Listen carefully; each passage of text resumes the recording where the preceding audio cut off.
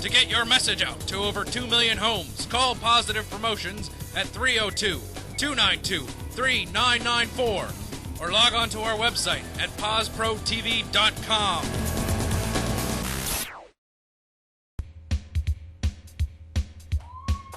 Oh, yeah, get loud. Yeah, welcome back here. I'm Shake That Cat. Michael Stewart, No Joke Stewart. This is not a rerun.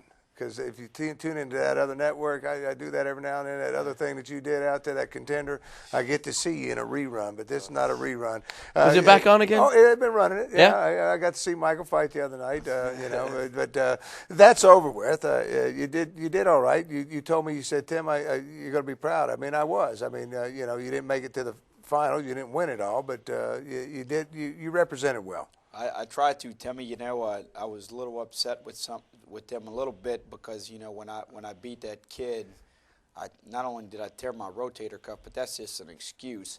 But they give me a $7,000 diamond. I give it to his wife. They only showed that on the computer. They never showed that on television. I didn't like that. I mean, but that's the way the ball bounces, and you can't complain about it now. But I was pretty upset about that. Yeah, because they did a lot of cutting editing, but that's the nature of the TV business. We aren't going to show anything we're doing with you right now. We're going to start no. but you're learning out there. It's all about the money, Michael. It's and it doesn't matter whatever when they're doing TV like that. Even what they refer to as reality TV. I mean, is it really real? Nah, I mean it's reality TV. It's not all reality. I mean, it's not scripted, where you're reading lines off a projector or something. But yeah, I mean, it goes by the flow the way they want it to go. They just called me back on another show on ABC. I sat down with the people last night. It's tough though. I mean, they're offering good money, but I got two little girls, and it's hard to put these kids. Want to put my kids back through that. I don't know. I mean, it's a different situation, different thing. But I got to see.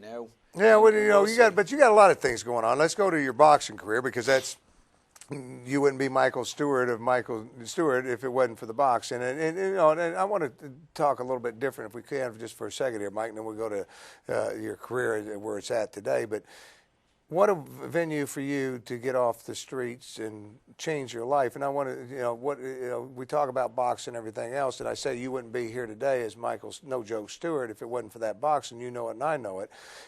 So just to get into anything, to get that discipline. Well, boxing's opened a lot of doors for me. And when those doors opened for me, it opened for everyone I know.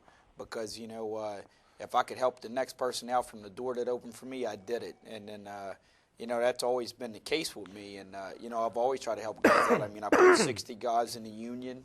I mean, trust me, I've done a lot of stuff. I mean, I don't know if I've done a lot more right than I have done wrong, but I know I'm getting there. Yeah, but you've always stressed to me that it's important because, you want to do something. You want to be somebody within this community and looked upon and respected in this community. You want to represent the people someday. You've talked about that.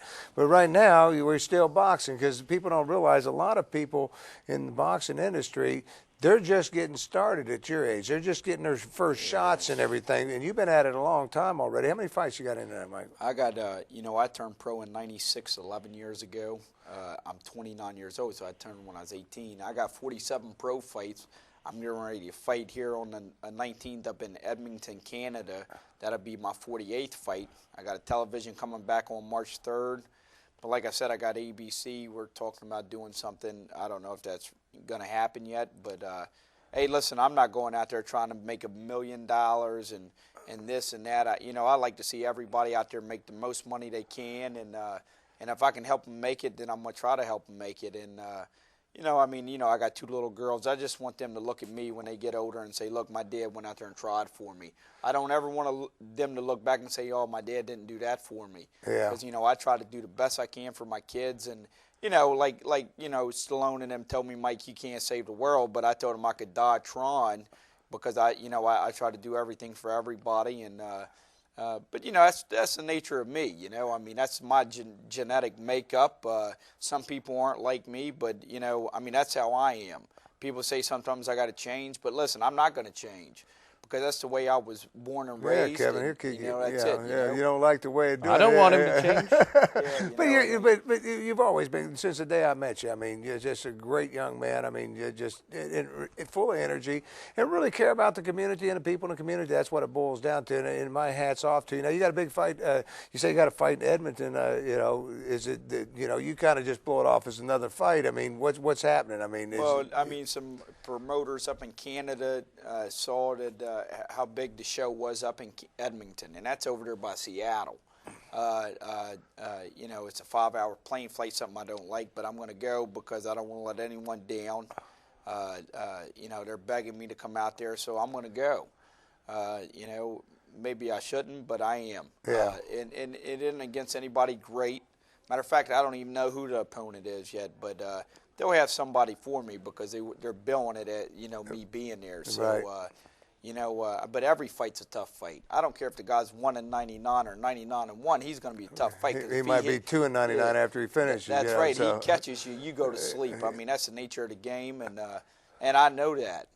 I know I don't have too many years left in boxing. I know that I have opened a lot of doors for myself. You know, look, I mean, you can look on my cell phone and pull off a ton of numbers. People from out west. You know, I was just with Damon Wayans out in California, and he told me, he said, Mike, I've been watching you fight since I was a kid. Mike Tyson, all of them, they'll tell you, you know. I mean, you know, but I'm the type of guy that I go to work every day. I mean, look, I was just working today. I got my own little company. No reason to stop the fight. Just a little bitty bite, man. He could have kept going with me. Come on, man. Yeah, maybe you should bite somebody. That You mentioned Tyson because you know we keeping up with him. Of course, he's on his way back to jail again. I guess. I mean, he's in jail. Yeah. Is he? Yeah. Oh yeah. Yeah. And, I missed you know what a great career that was. It didn't really, you know, go. God made a lot of money though. Yeah. Oh yeah. You know, then he lost a lot. Maybe you ought to bite somebody, Mike. That's what I just said. I couldn't do like that. Stuff like that's giving boxing a bad name now. And, you know, that's why people don't want to come out and support. I mean, I never have that problem. I mean, I always have at least, you know, I always sell the place out and people are going to come out and support me, and that's good. You know, I tell you one thing bad about boxing and a career is that you get to meet everybody. You get a lot of friends. And, like, I just had my friend Ernie DeBright, who owns Sal's Garage. His father died today. Oh, yeah. Oh, wow. I mean, last night, you know. And his father was a big supporter of mine. I'm going to tell you something. I mean, even at 80-something years old, he supported me big time. And, you know, I got to go to the viewing Friday. And, see, that's the one thing I don't like about meeting a lot of people. And a lot of people that I associate, ate with, and that I sell tickets to, they're not my age. They're older. You know what I'm saying? They're older people. My crowd's an older bunch.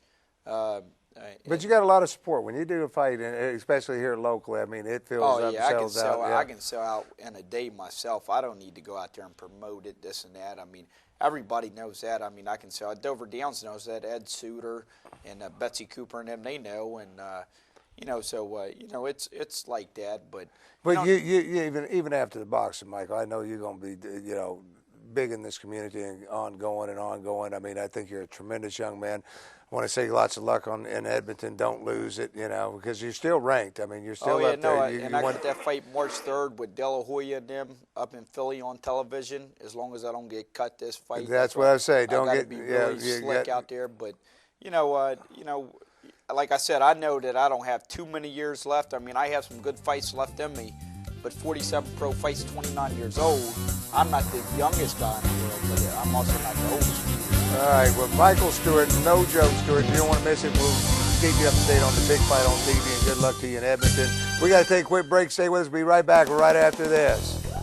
To find out more about the Tim Qualls Show and other Positive Promotion productions, then log on to our website at www.posprotv.com.